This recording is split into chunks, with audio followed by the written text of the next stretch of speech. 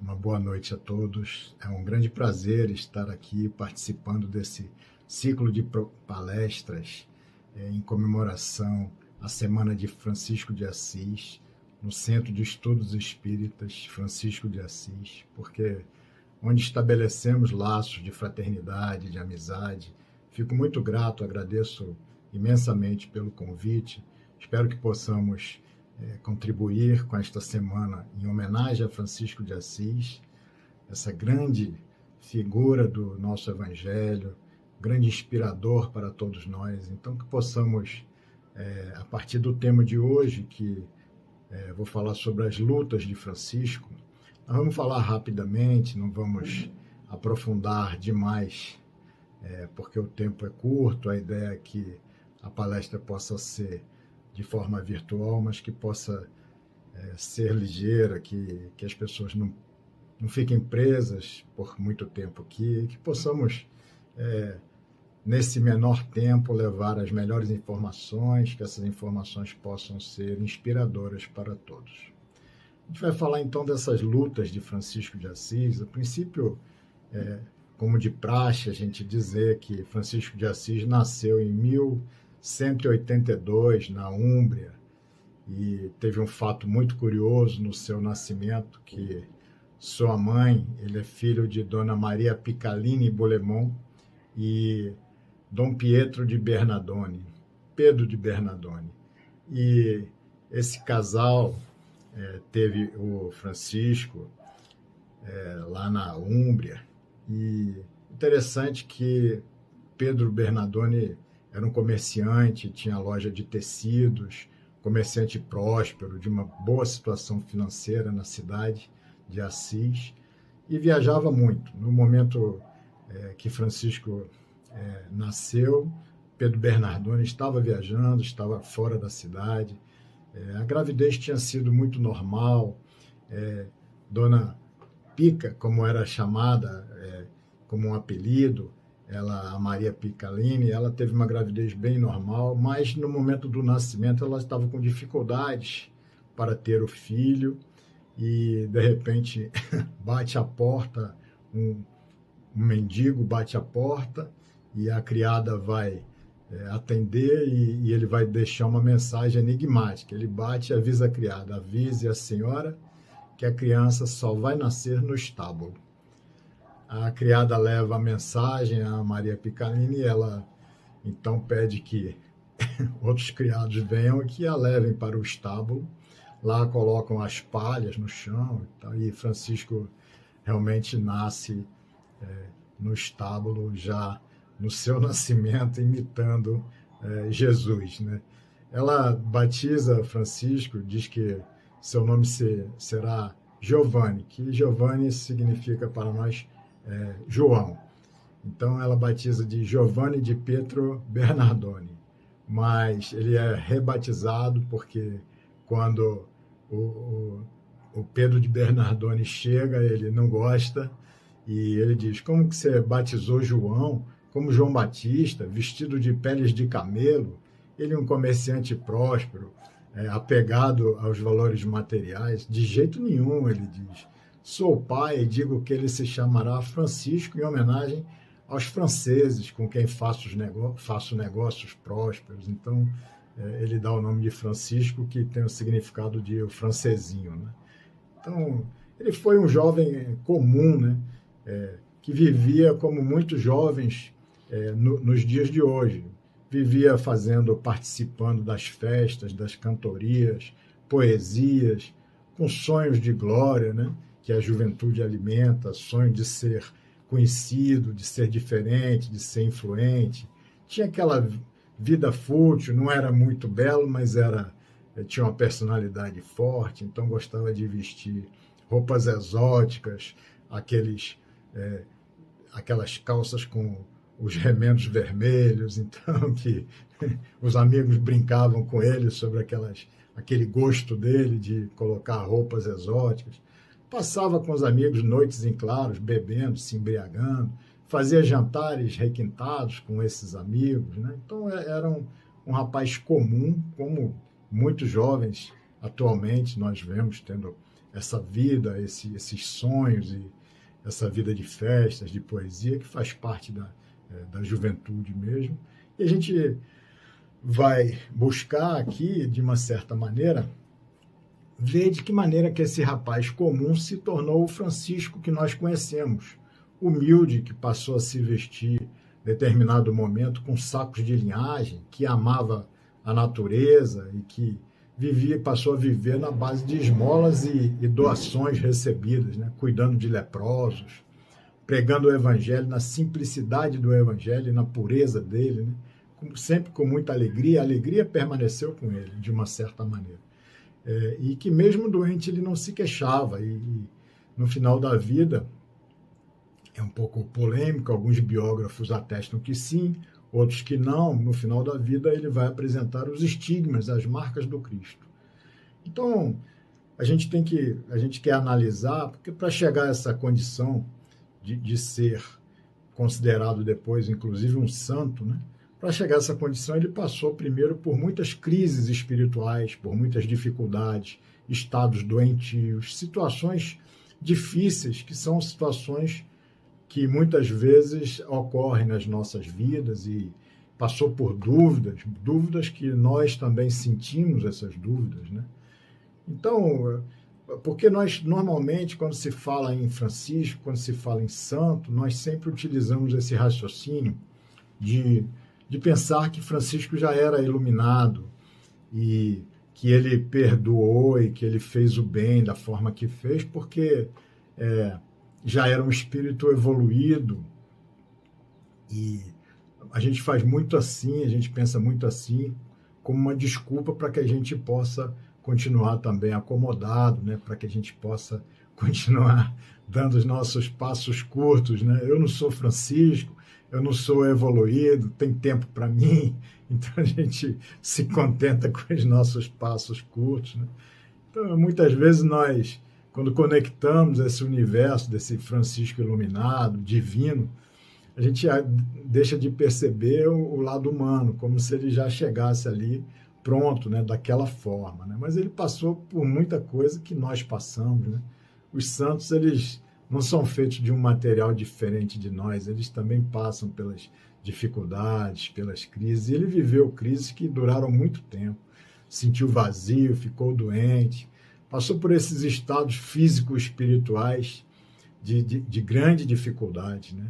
Mas de cada momento desse, de cada estado pelo qual ele passou, de dificuldade, de doença, de crise espiritual, de cada estado desse surgia um Francisco novo, um Francisco mais consciente. Então, a ideia é que essa trajetória dele, a gente olhando um pouco superficialmente também, mas a ideia é que essa trajetória possa nos ensinar de alguma forma, porque ele foi capaz de transformar toda a dor, todo o vazio, toda a frustração, todas as dificuldades, ele foi capaz de fazer a transformação disso tudo num novo Francisco, num Francisco doce, num Francisco amoroso, num Francisco iluminado e belo, né? Então, a ideia é que a gente possa refletir um pouquinho sobre essas dificuldades, né, que ele viveu, e tentar trazer um pouco para a nossa reflexão pessoal. As primeiras dificuldades ocorreram quando surgiu, em determinado momento, um desinteresse daqueles prazeres antigos, desinteresse daqueles jantares que ele patrocinava aos amigos, as festas. Ele, com 18 anos, trabalhava no comércio do pai, né? E tem um episódio interessante de que um mendigo chega, interrompe e busca com ele pedindo alguma coisa, pelo amor de Deus, me dê alguma coisa, e ele, de certa forma, rechaça aquele mendigo. Não vê que estou ocupado, vai embora. E aí o mendigo sai em silêncio e ele, de repente, cai em si, fica com vergonha. Olha o que eu fiz.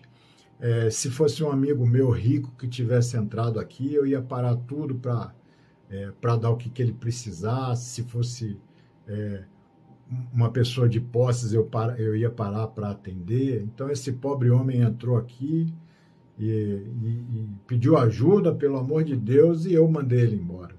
Aí, antes mesmo de terminar essa reflexão ali, com 18 anos, bem jovem ainda, ele pegou lá uma tesoura, desenrolou as peças de fazenda lá do pai, recorta um grande pedaço lá de pano, larga os fregueses na loja. Ele até estava atendendo um freguês que era uma pessoa importante, que fazia compras vultosas na loja.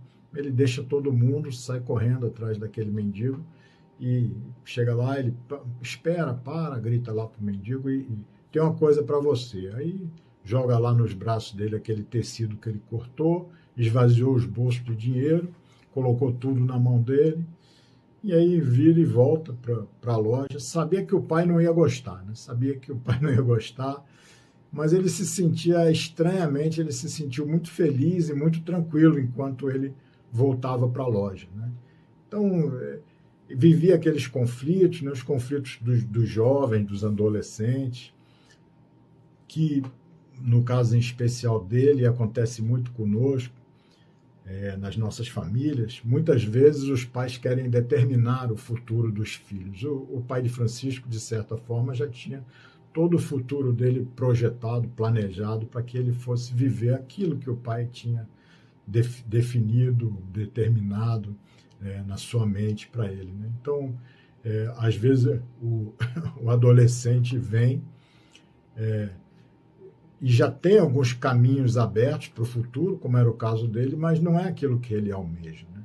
Então, dizem também os biógrafos que o pai dele tinha o coração na carteira. Tudo que fazia era em razão dos negócios. Francisco, na época, ainda não sabia onde seu coração estava, mas ele já tinha certeza de que não era aquilo. O coração dele não estava ali, né, nos negócios materiais. De uma certa maneira, a gente vai ver um pouco mais à frente, ele e o pai é uma luta grande que ele tem, um grande conflito que ele vai viver, porque eram dois corações que não se convergiam, né? Esse conflito ele vai levar até o final lá da vida dele.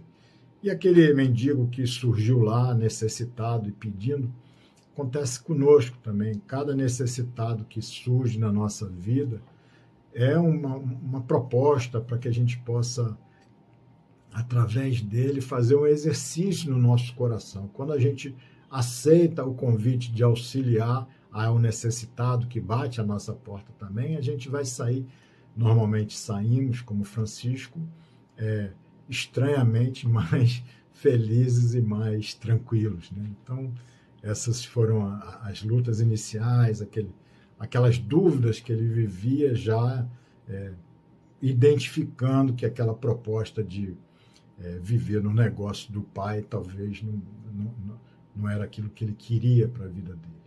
E ele queria fazer algo grandioso, queria ser um cavalheiro, um soldado famoso. E a primeira oportunidade chegou depressa, porque Assis entrou em conflito com a cidade vizinha, Perugia. E aí formou lá uma tropa, formaram soldados e foi já a oportunidade que ele teve de tentar ser um cavaleiro, alcançar lá a fama que ele queria, ser conhecido, ser influente de uma certa maneira, não pela guerra, talvez nem pensasse qual seria a consequência, o que teria que matar alguma pessoa. Ele estava interessado em ser conhecido, de alguma forma fazer algo grandioso. E aí surge isso em 1202, né? Essa guerra de Assis e Perugia, né?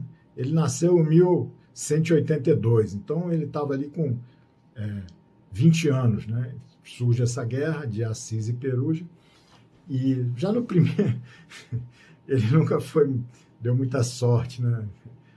Na proposta guerreira dele, diferente de Napoleão, as propostas guerreiras dele nunca eram bem sucedidas. Então, já no primeiro dia de combate, os homens de Assis foram presos e feridos e feitos prisioneiros, e aí ficam lá já na cela, e os amigos tristes, chateados, e ele começa então a cantar, a brincar, a fazer piada. O pessoal até se chateia com ele, porque ele tinha uma maneira, já era uma característica pessoal, mesmo antes de ser o Francisco, da dimensão que nós conhecemos, ele já tinha uma característica pessoal, já era algo do íntimo dele, de levar as dificuldades de uma forma sem desespero, mais leve, tentar enxergar um aspecto positivo, viver uma energia positiva mesmo dentro daquilo, né?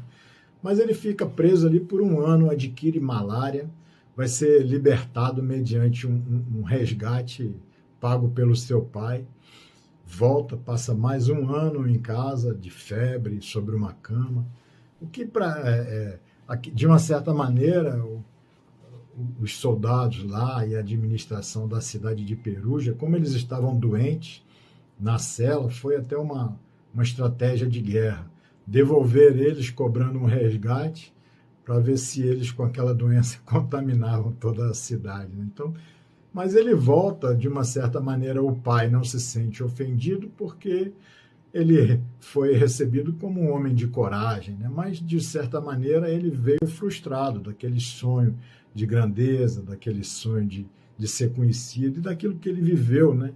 E essa frustração, depois daquele um ano de cama, quando sai sem poder andar direito, sem aquela vitalidade, já sem querer voltar àqueles antigos divertimentos que ele já não deseja mais,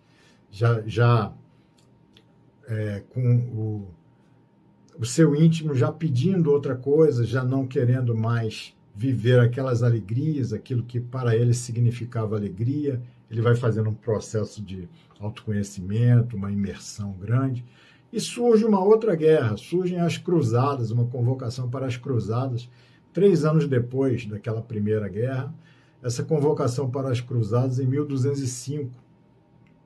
E ele, a princípio, não queria, mas o pai queria que ele fosse, e ele tem um sonho de que ele estava num palácio cheio de armaduras e lanças. Ele interpretou aquele sonho como um sinal celeste de aprovação da iniciativa e resolve ir. O pai compra o melhor cavalo, a melhor armadura para ele, para que ele pudesse ir para as cruzadas.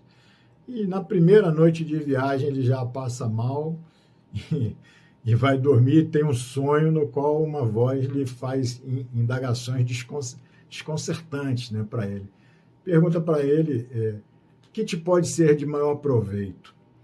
O servo ou o senhor?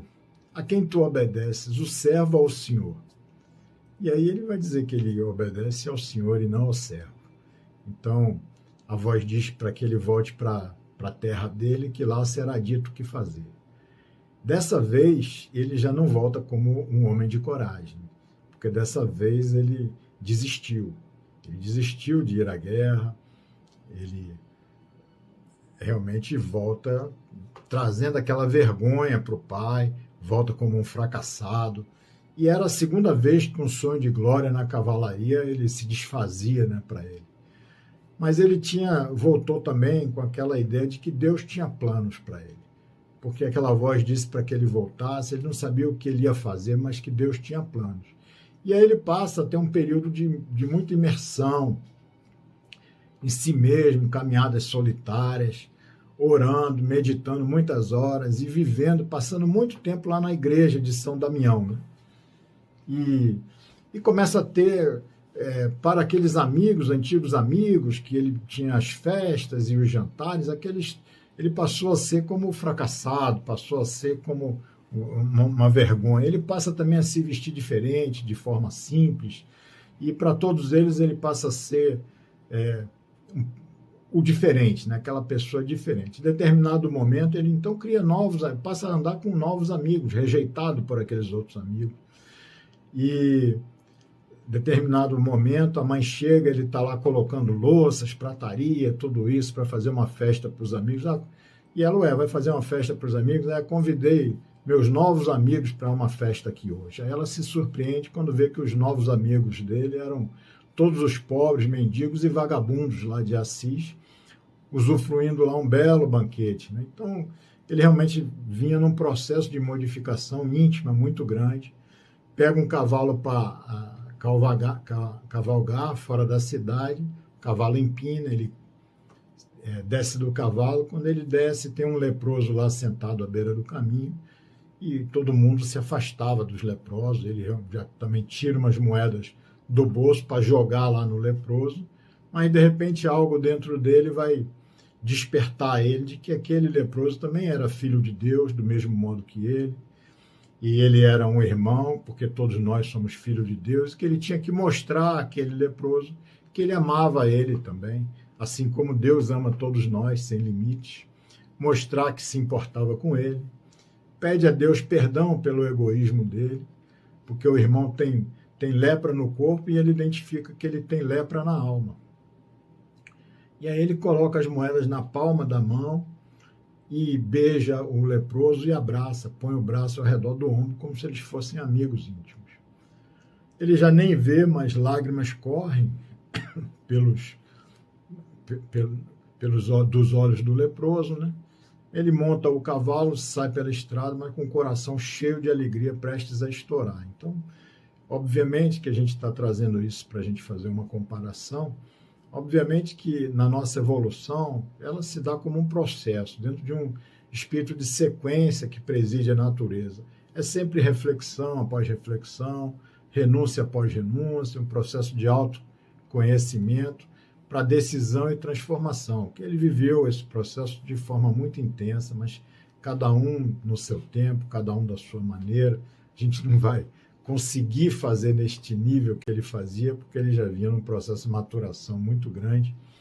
E nesse tempo ele já começa a ser considerado louco, né? Trocou os amigos pelos mendigos, seu interesse era unicamente agradar a Deus.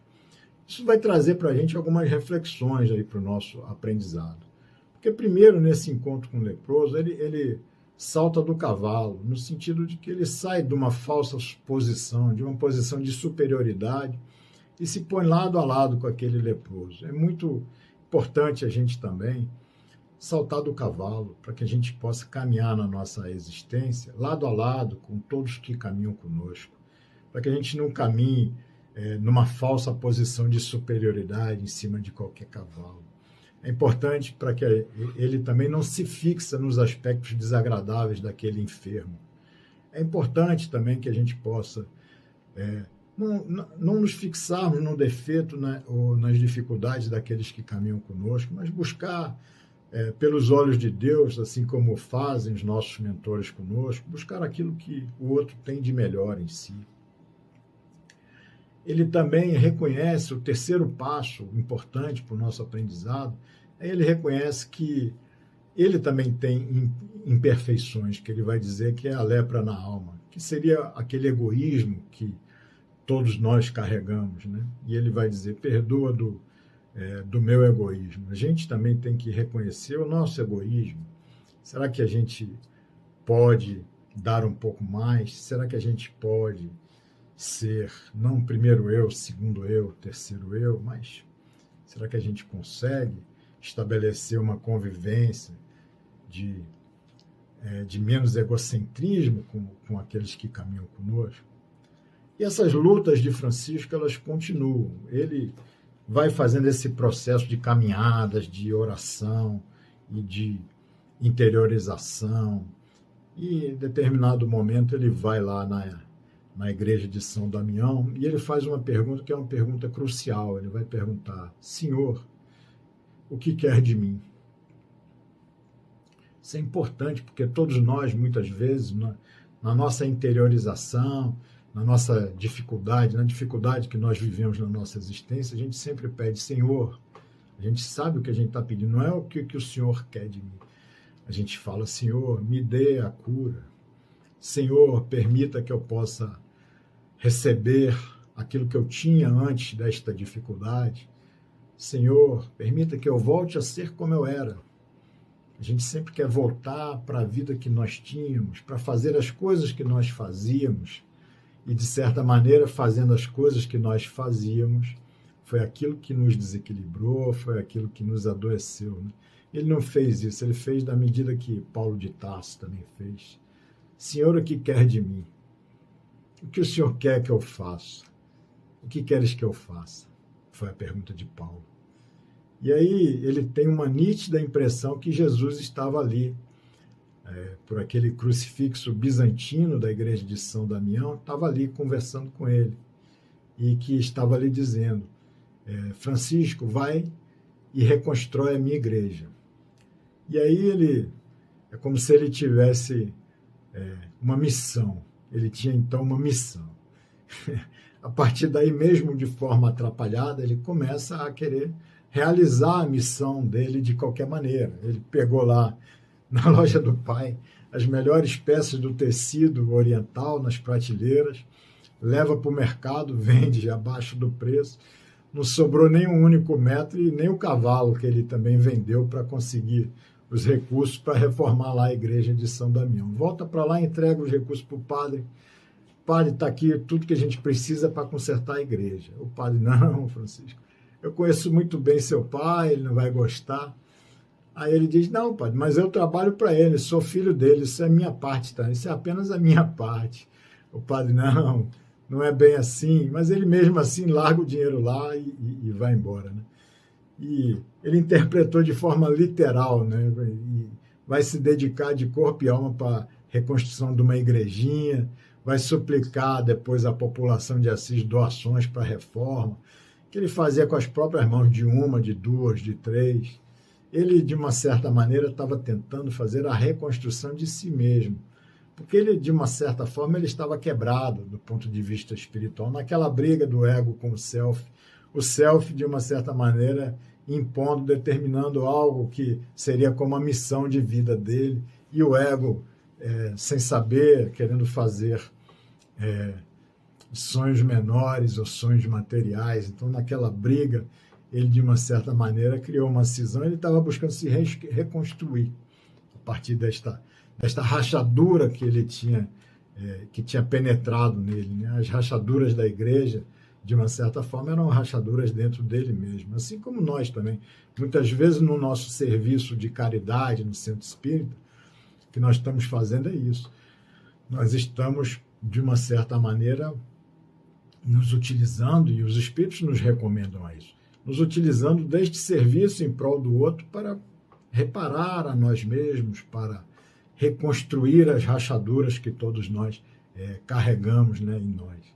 E é isso, mas isso vai dar um conflito, porque o pai dele vai no padre para querer o dinheiro, o padre diz que o dinheiro está lá, e ele fica triste, fala com o padre, padre, eu sinto muito, padre, meu pai tem tanto e não dá tão pouco para Deus, né? Então, a ideia, eram dois corações antagônicos, diferentes, que pensavam de forma diferente. O pai vai levar o assunto ao bispo e vai exigir que ele devolva tudo, faz uma queixa formal, faz uma reunião.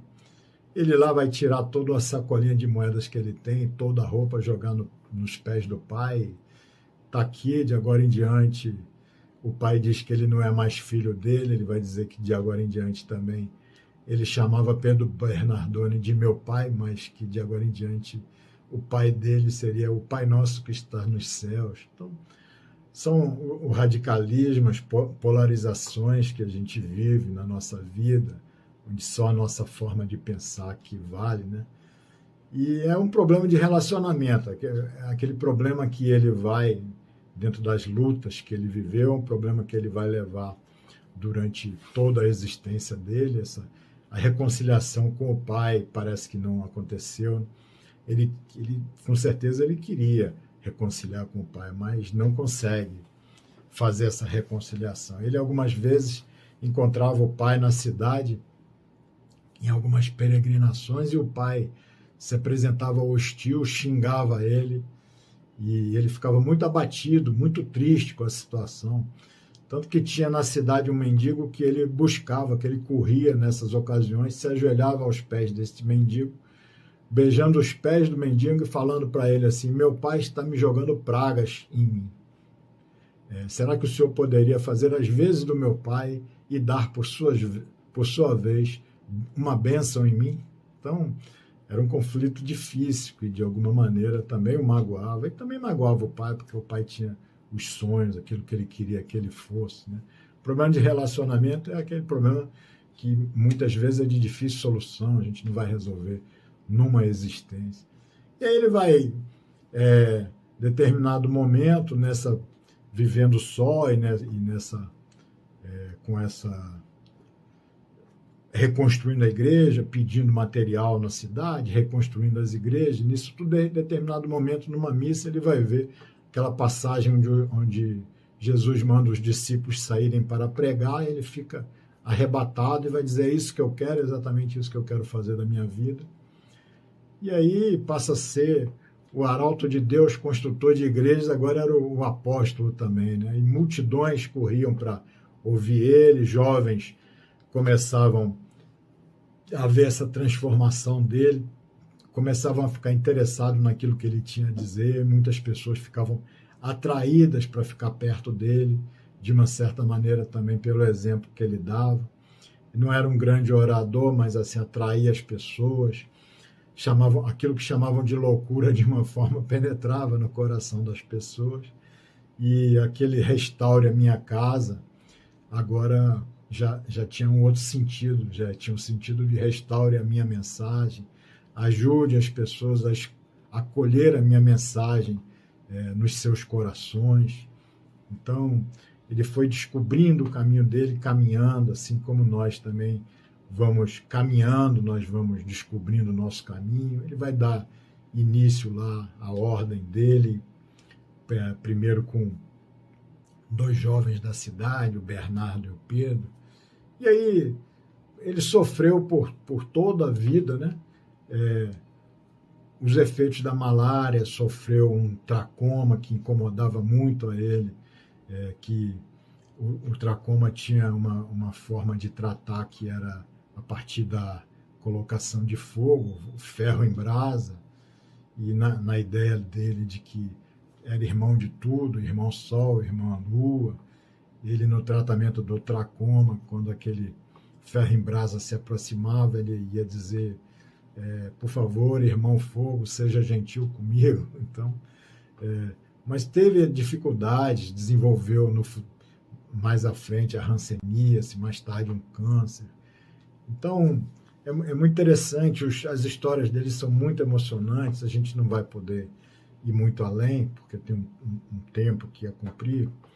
Eu queria contar só uma história de um irmão mais novo que não entrava mais na igreja porque estava com a consciência pesada, esperava Francisco porque ele ia fazer sermões na igreja, saía, fazia também as pregações na rua, e pega ele para querer falar com ele e vai dizer que ele não entrava na igreja, que estava com a consciência pesada, não conseguia mais entrar, mas que nele confiava e que ele vinha envenenando o irmão mais velho, porque o irmão mais velho, os pais estavam próximos de morrer, e o irmão mais velho vinha dilapidando todo o patrimônio, de maneira que não ia sobrar nenhum patrimônio para ele. Então, por conta disso, ele vinha envenenando, colocando veneno na comida do irmão, e o veneno já começava a fazer efeito. E que ele tinha sido tocado pela mensagem de Francisco e de uma certa maneira, invejava ele a paz que ele tinha, porque ele não tinha mais paz. E aí ele vai dizer: não me inveje, meu amigo, eu não sou melhor que você, também tenho minhas mágoas, meus remorsos, minhas culpas.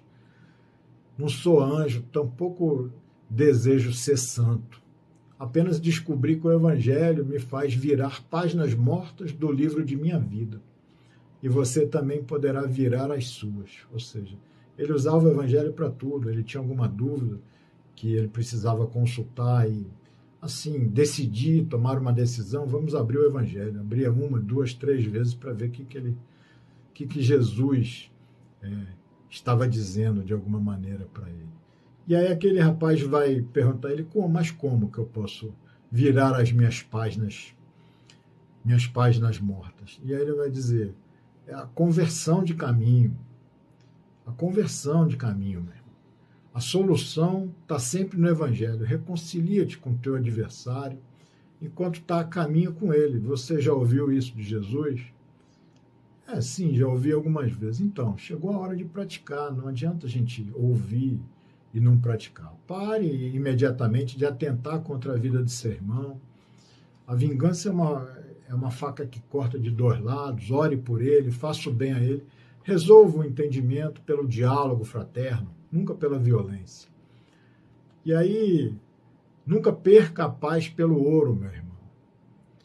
o Senhor jamais desampara aqueles que o amam. E aí se despede. O que vai se saber depois é que o conflito entre os irmãos desapareceu, e que aquele lento homicídio foi estancado a tempo, sem deixar sequelas, e alguns meses se passaram, os pais vieram a falecer, o irmão mais velho ficou com a maior parte da herança, mas não pôde desfrutar por muito tempo, porque, da mesma forma que ele vinha dilapidando antes, ele continuou dilapidando com negócios escusos, vítima de uma ganância lá incorrigível, né? Passando depois a mendigar nas ruas de Assis.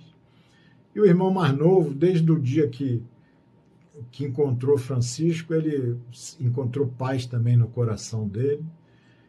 Anos depois, ele vai entregar os bens que tinham ficado com ele ao irmão mais velho e vai se juntar a Francisco. Então, é um exemplo que arrasta, é um exemplo que realmente nos toca.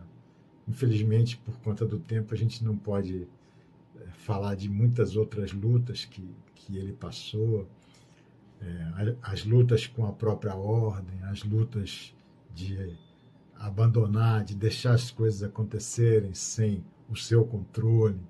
Ele vai na despedida dele dizer: fiz o que me cabia, que o Cristo vos ensine o que vos cabe. É sensacional, né? Vai morrer em 1228, né? Com 46 anos. Ele dizia sempre para todos, o tempo todo, é uma passagem de Números que ele sempre dizia a todos: o Senhor te abençoe e te guarde, te mostre a tua face e tenha misericórdia de ti, volva para ti o seu olhar e te dê paz. É essa também a minha mensagem para todos, que o Senhor a todos abençoe, a todos guarde, e de todos tenha misericórdia, e que nos olhe e nos dê paz. Obrigado, um grande abraço a todos, muita gratidão ao Grupo de Estudos Espírita Francisco de Assis. Boa noite, que essa semana possa ser muito produtiva para todos. Que Jesus nos abençoe. Grande abraço.